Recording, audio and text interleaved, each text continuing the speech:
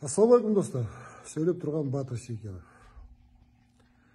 Бүгін үкімет әрекет жасап жатыр. Ақбөкеннің санын реттеуге. Сол себеппен бүкіл Қазақстанға ақпарат беріп жатыр, бригада жинап жатыр, аңшылардың арасында. Бәрін шақырып жатыр. 4.000 теңгеден төлейміз дейді.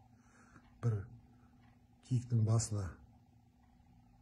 Мен былай санадым, арифметикалық. Бұл жерде ешқандай пайда жоқ. Оның ішінде оғы бар, қаруы бар, куәлік керек, бензин, солярка керек, тамақ керек. Оның бұл жерде пайдасы болмайды. Мен ойлаймын, қарапайым тұрғындар, ауылда тұратындар бұған шықпайды. Бұнда мүмкіндік болмайды ондай.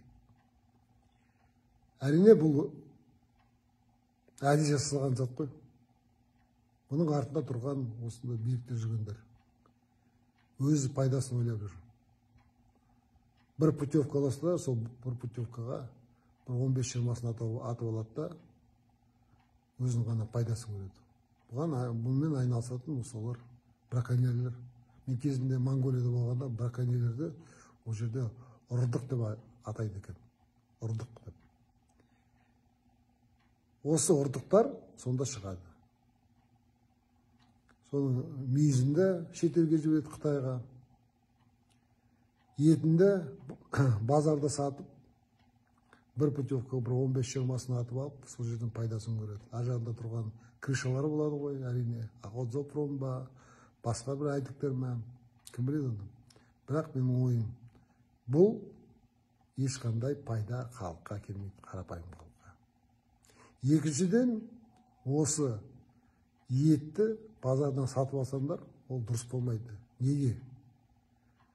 Ана ұрдықтар ешкім халыққа жаны ашылмайды, халықты ойламайды. Бұның бәрі еті арам болады, харам. Неге? Оны кім бауыздайды, кім халықты ойлайды. Әрине, жай өлтіре салады да, шекқарын шығара салады да, соны барып тапсырады. Ешкім ойламайды оны.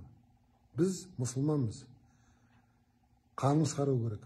Қанын шығармаса, ол ет арам болады. Менің ойым осы. Қалай ойлайсыңдар? Рахмет, сау болыңыздар.